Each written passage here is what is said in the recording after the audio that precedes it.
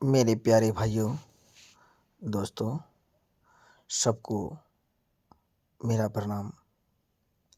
दोस्तों, मैं कहना चाहता हूँ, मेरे बिहार का स्थिति कैसे ठीक हो, इस पर सोचने और विचारने की ज़रूरत है। हमारी बिहार तरक्की क्यों नहीं कर रही सही ढंग से? देखिए ना, सरकार तो कानून तो बड़े लाए, सबने लागू किया, मगर उस पर पहल नहीं हो पाया सही ढंग से। जैसे दहेज प्रथा को बंद करना, तो हम यहाँ से दहेज को कैसे मिटाएं? इस पर गवर्नमेंट को, बिहार गवर्नमेंट को पर्सनल मंथन करना चाहिए, चिंतन करना चाहिए और अध्ययन करना चाहिए कि कैसे दहेज प्रथा को हम बंद करें। आज बेटियों की शादी में बड़ी परेशानी हो रही है। दोस्तों, हम माननीय मुख्यमंत्री जी से कहना चाहता हूँ, दहेज प्रथा को बंद करने के लिए सबसे पहले लोगों तक संदेश पहुँचाए, ऐसी टोली बनाया जाए जिसे घर घर जाके समझाए, न समझे तो फिर कानून व्यवस्था के द्वारा उसे डराया जाए, धमकाया जाए कि दहेज लेना एक बुज़दिली काम है, एक कायरो काम है, क्योंकि सबके पास बेटा है तो बेटी भी है।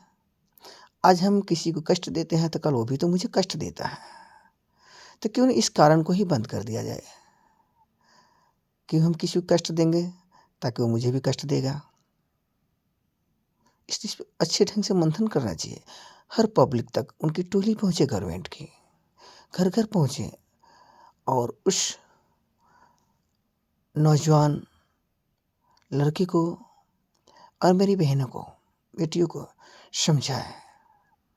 उससे भी कहे कि दो लड़कियों को समझाए कि जो दहेज दे मुझसे शादी न करे। उस लड़के से भी कहे कि जिस घर से मुझे दहेज मिले उस घर में मैं शादी नहीं करूँगा। और अपने माता पिता से भी कहे कि आप दहेज दीजिएगा तो मैं शादी नहीं करूँगा, क्योंकि यह बिना काम का सताया जा रहा है, दर्द दिया जा रहा है। वह एक अपराध है। किसी को सताना है तो अपराध ही तो होता है, और क्या होता है। खुशीपूर्वक जो कुछ भी थे उसे स्वेच्छा से ग्रहण करना चाहिए, न कि प्रेशर बनाकर, दबाव देकर। दोस्तों,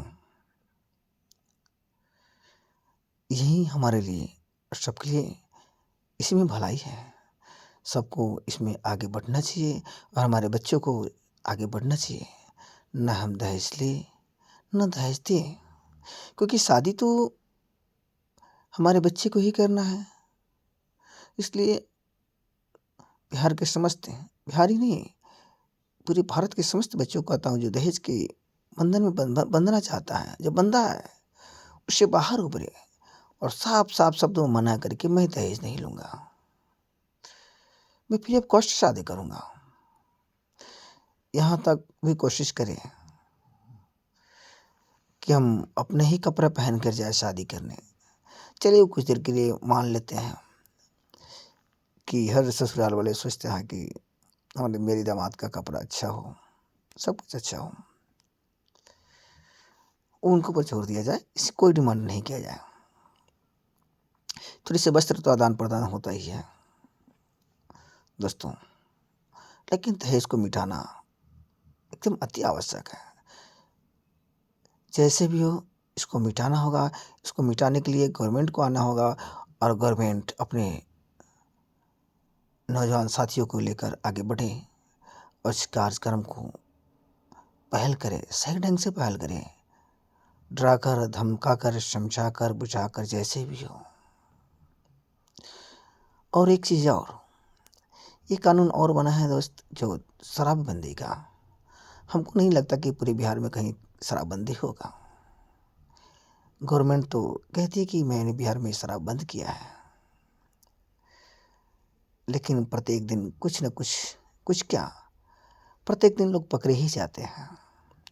अधिकांश तो पीने वाले ही उठाए जाते हैं और बेचने वाले ठेकेदार जो ठेकेदार क्या बोलते हैं उसको, जैसे हम वैसे बाहर से जो दारू लाते हैं गाड़ियाँ भर भर के, वो तो पकड़े जाते हैं और फिर वो छोड़ दिए जाते हैं। उससे पैसा लिया जाता है, दबा के पैसा लिया जाता है, उस किसको बनाया ही नहीं जाता है। बाकी उसमें पिसता कौन है, फंसता कौन है? पीने वाला मासूम, एक गरीब घर का लोग। कोई अमीर कहते दो को कोई पकड़ाया हो, किसी अमीर को दारू के नशे में, शराब के नशे में पकड़ कर अंदर नहीं किया करता लोग, क्योंकि वो पैसे वाले हैं। वो ताबड़तोड़ पैसे दे के छूट भी जाते हैं और पैसे वाले को कोई तो पकड़ता ही नहीं।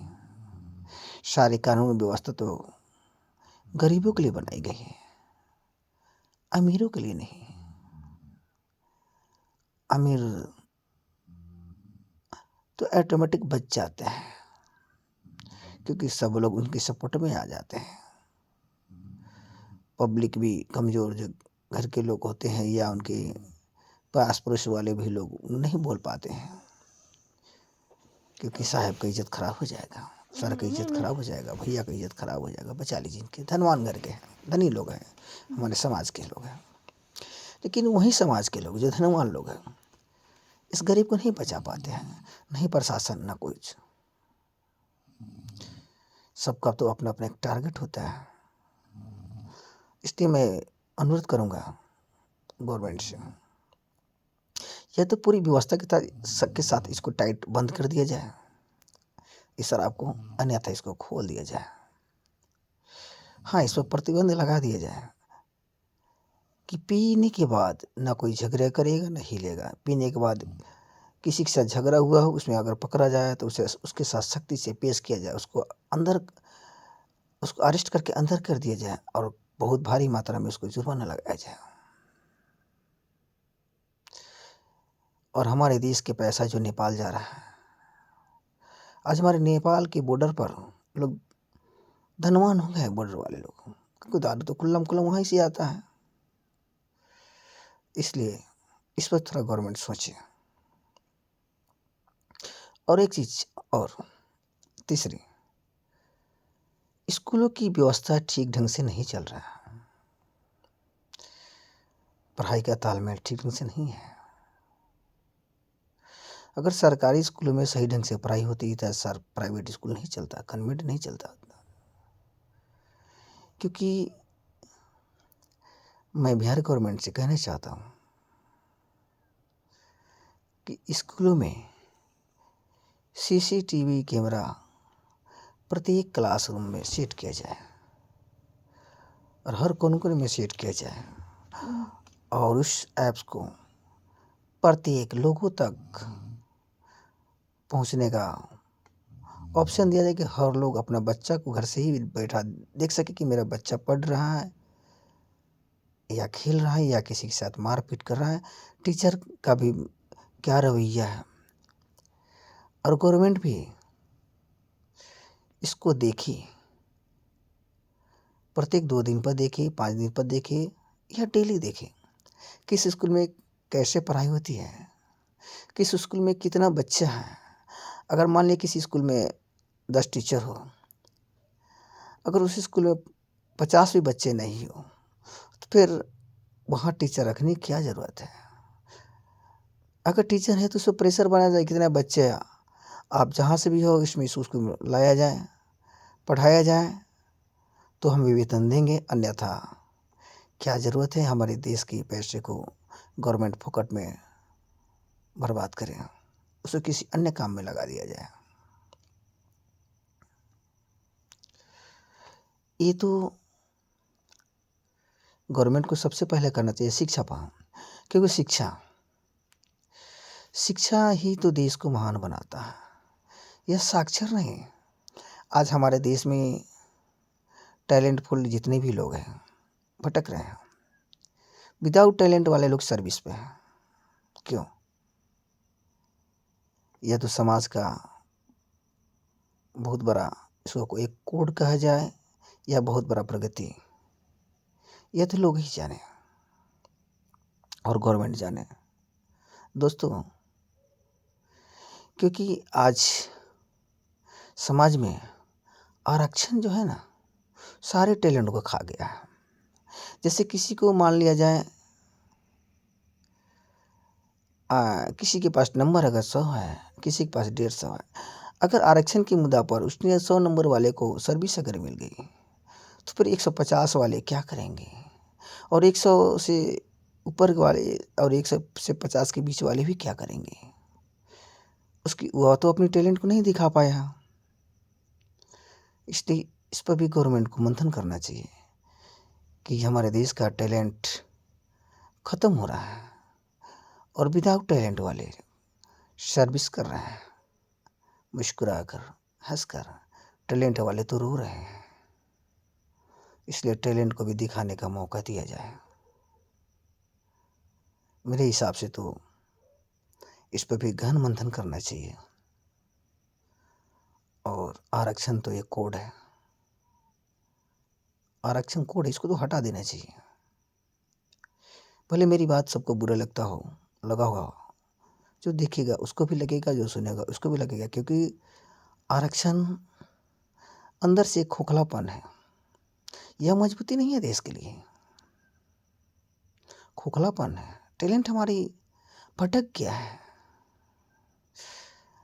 सुना था एक लड़की ने गूगल को हैक किया था,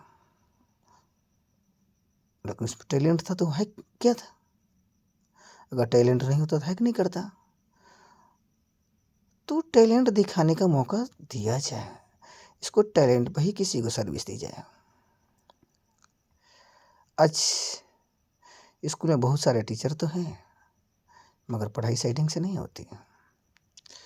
नहीं हमारे गवर्नमेंट को पता है कि कौन सा स्कूल खुलता है और कौन बंद रहता है, कहाँ पढ़ाई होती है, कहाँ नहीं होती है, किस स्कूल में कितने टीचर हैं, कितने आते हैं, नहीं आते हैं, कब वो आते हैं और अटेंडेंस लगा कर चले जाते हैं, रहते हैं कि नहीं रहते हैं, ये भी पता नहीं है। कितने स्कूल में बच्चे हैं, बच्चे पढ़ते हैं कि नहीं पढ़ते हैं, क्या कमियां हैं कि उस गांव में स्कूल है तो बच्चे नहीं हैं, और जिस गांव में बच्चे भी हो सकता है वहाँ स्कूल भी नहीं हो। इसलिए इस सब बातों पर गवर्नमेंट को ख्याल करना चाहिए, देखना चाहिए, सोचना चाहिए। हम तो कहते हैं हमारे देश में सबसे बड़ी की कमी है। हमारे बिहार में तो कतई किसी एक का तो सरकार बना ही नहीं, इसलिए बिहारवासी हमारे बिछड़ गए हैं। हमारे बिहार के लोगों में तो काफ़ी टैलेंट है, बहुत काफ़ी, जिसका कोई सीमा नहीं। आज वही टैलेंट की वजह से उठा पटक तो अपने में होता है। दूसरी बात, ये जो हमेशा टैलेंट दिखाने को होर होना चाहिए, कि इस होर को दबा दिया गया, वजह आरक्षण है। धन्यवाद दोस्तों। जय हिंद, जय भारत।